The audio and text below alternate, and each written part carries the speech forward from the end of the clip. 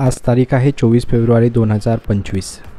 आज अहमदाबादमधला दुसरा ट्रॅव्हलचा दिवस आहे आमचा।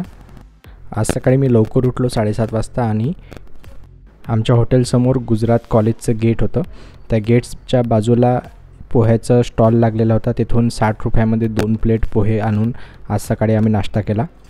नंतर राघवला सुद्धा दूध पाजून लगेच तयारी करून आम्ही आता निघालो आहे गांधी आश्रम बघण्यासाठी। रूमपासून गांधी आश्रमसाठी आम्हाला 50 रुपयामध्येच ॲटो मिळाला। हे गांधी आश्रमची एंट्री आहे। आज इथे नेमकं कोणतरी मोठं व्यक्ती आलेले होते, फॉरेनचे लोक आलेले होते, त्यामुळे इथं थोडं गडबड चालू होती। आज ऊन पण खूप तीव्र ऊन लागत होतं, त्यामुळे छत्री पण सोबत आणली होती राघवला कम्फर्टसाठी।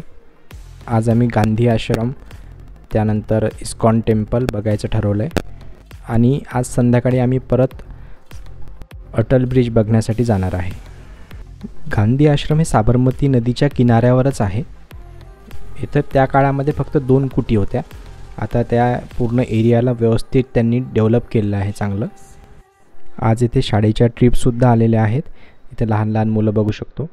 आता सर्वात आधी आम्ही झाडाखाली थोडं बसणार आहे आणि राघवला आधी थोडं दूध पाजून ORS देऊन नंतर आम्ही थोडंसं एक्सप्लोर करूया।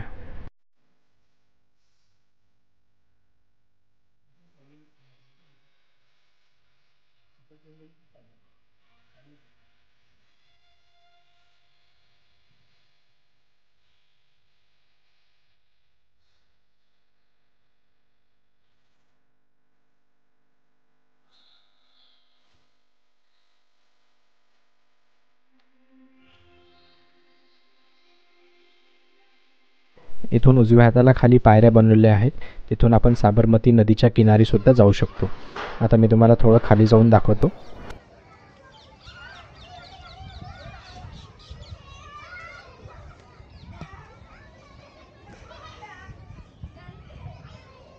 हा एरिया गव्हर्नमेंटने खूप छान डेव्हलप केलेला आहे। इथून खाली उतरल्यानंतर डायरेक्ट साबरमती नदीचा किनाराच आहे।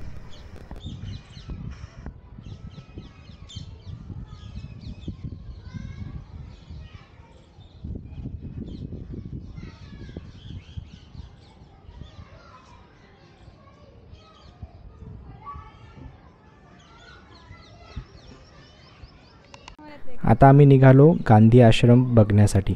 इथे बघू शकतो हे पहिली कुटी उजव्या हाताला आणि जे डाव्या हाताला दुसरी कुटी दिसते, ह्या 2 कुट्या मेन इथे बघण्यासाठी आहेत। ही जी उजवी कुटी आहे हे विनोबा भावेंजी यांची कुटी आहे।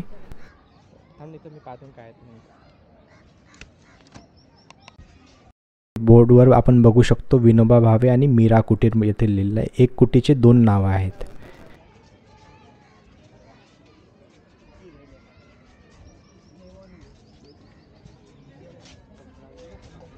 एकदम छोटी कुटी आहे की तिथे फक्त 1 व्यक्ती 2 व्यक्ती झोपण्याची व्यवस्था असेल एवढीच कुटी त्या काळात ही बांधलेली होती। तशीच त्यांनी फक्त रिनोव्हेट केलेली आहे त्या कुटीला।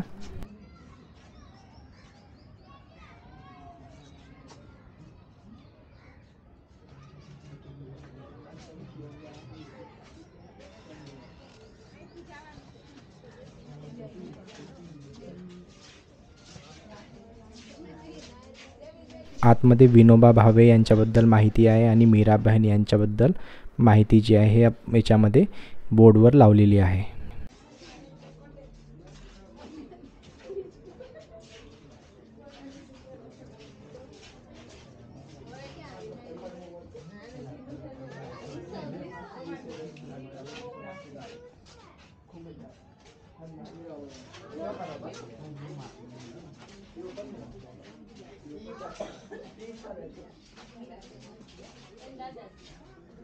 हा बोर्ड विनोबा भावेंबद्दल माहिती सांगतो।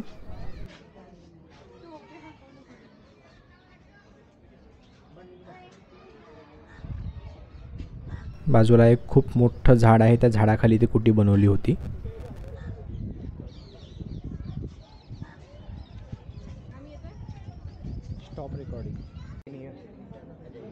इथे आतमध्ये येण्यासाठी कुठल्याही प्रकारची एंट्री फी नाही आहे। आता जे आपण बघत आहे ही गांधी कुटी आहे। महात्मा गांधी ज्या चरख्यामध्ये हे विणायचे त्याचीच प्रतिकृती ही बनवली आहे। आपण इथे बसून ते कसं बनवलं जातं हे पण सुद्धा ते स्वतः करून बघू शकतो. पण आज ॲक्च्युली यांची काहीतरी गडबड सुरू होती, त्यामुळे ते म्हटले की नंतर तुम्ही येऊन बघू शकता. ही जी रूम आहे या रूममध्ये त्यांनी महात्मा गांधींच्या असे पोस्टर लावलेले आहेत आणि एक छोटी रूम त्यांनी तयार केलेली आहे इथे. आणि बाकीचे जे आहेत इथे सर्व वेगळं पोस्टरवर त्यांची माहिती जी आहे ती दाखवलेली आहे. इथून डाव्या हाताला एक दरवाजा आहे. त्या दरवाजामधून आतमध्ये गेल्यानंतर एक जुन्या काळात वाडा कसा असतो त्या प्रकारे वाडा आहे आणि त्याच्या तिन्ही बाजूला वेगवेगळ्या झोपड्यांची एंट्री आहे. या डाव्या हाताला 2 रूम्स त्यांनी छोट्या छोट्या काढलेल्या आहेत आणि उजव्या हाताला 1, 2 आणि ह्या 2 रूम काढलेल्या आहेत. उजव्या हाताला जी रूम आहे त्यामध्ये आतमध्ये एंट्री केल्यानंतर आपण इथं बघू शकतो की इथं जे भिंतीमध्ये काढलेले कपाट आहेत जुन्या काळातले आणि त्यामध्ये महात्मा गांधींच्या अस्थी ज्या होत्या त्यांचं प्रतिकृती ठेवलेलं आहे.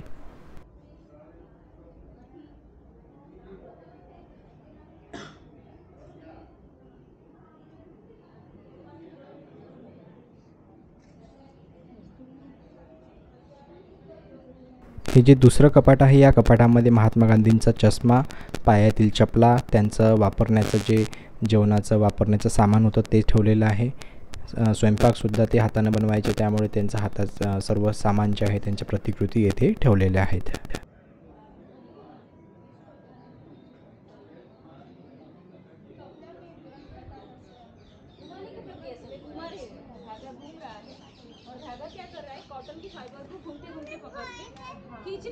आता इथून आम्ही परत बाहेर निघालो आणि हे धागा कसा विणला जातो ते बघत होतो.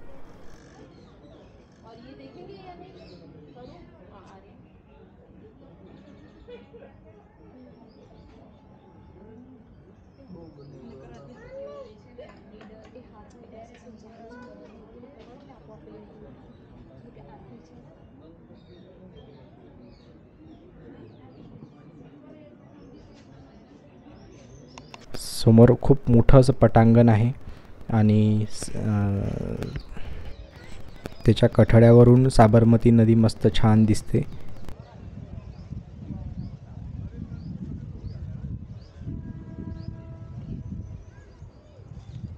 हा व्ह्यू आपण बघू शकतो.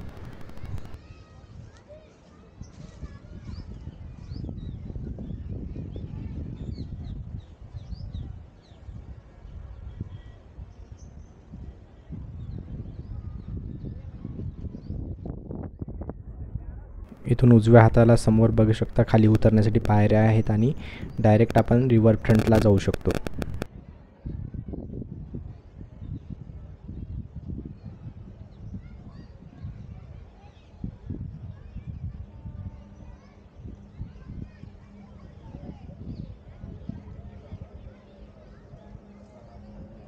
राघव आणि मम्मा एका झाडाखाली बसले होते.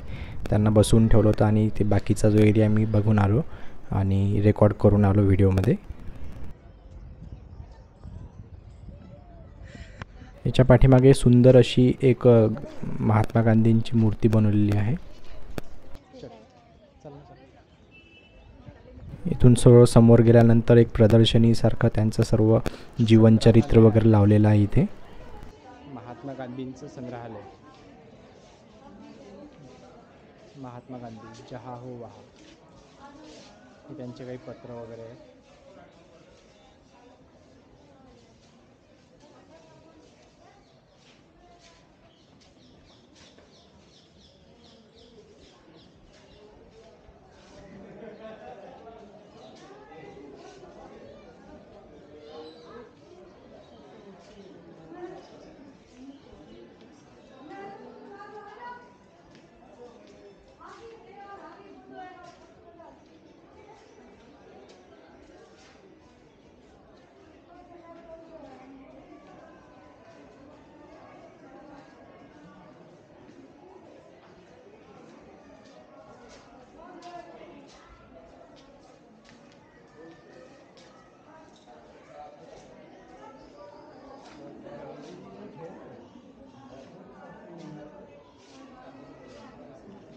तसा हा एरियासुद्धा खूप मोठा डेव्हलप झालेला आहे. याला पूर्णपणे बघण्यासाठी जवळपास अर्धा दिवस तरी कंप्लीट लागतो. इथं आम्ही थोडे फोटोग्राफ्स वगैरे क्लिक केले.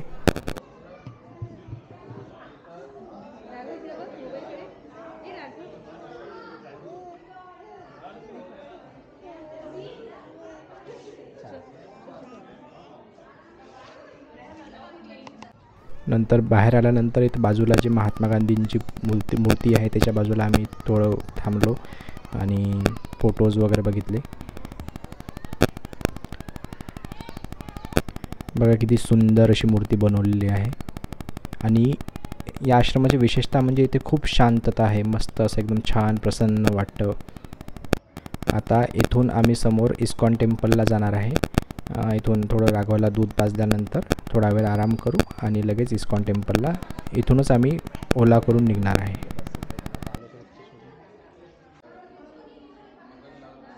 त्या प्रदर्शनीमधल्या काही क्लिप्स इथे खूप छान अशा व्यवस्थित आणि पोस्टर वगैरे बनवलं आहे.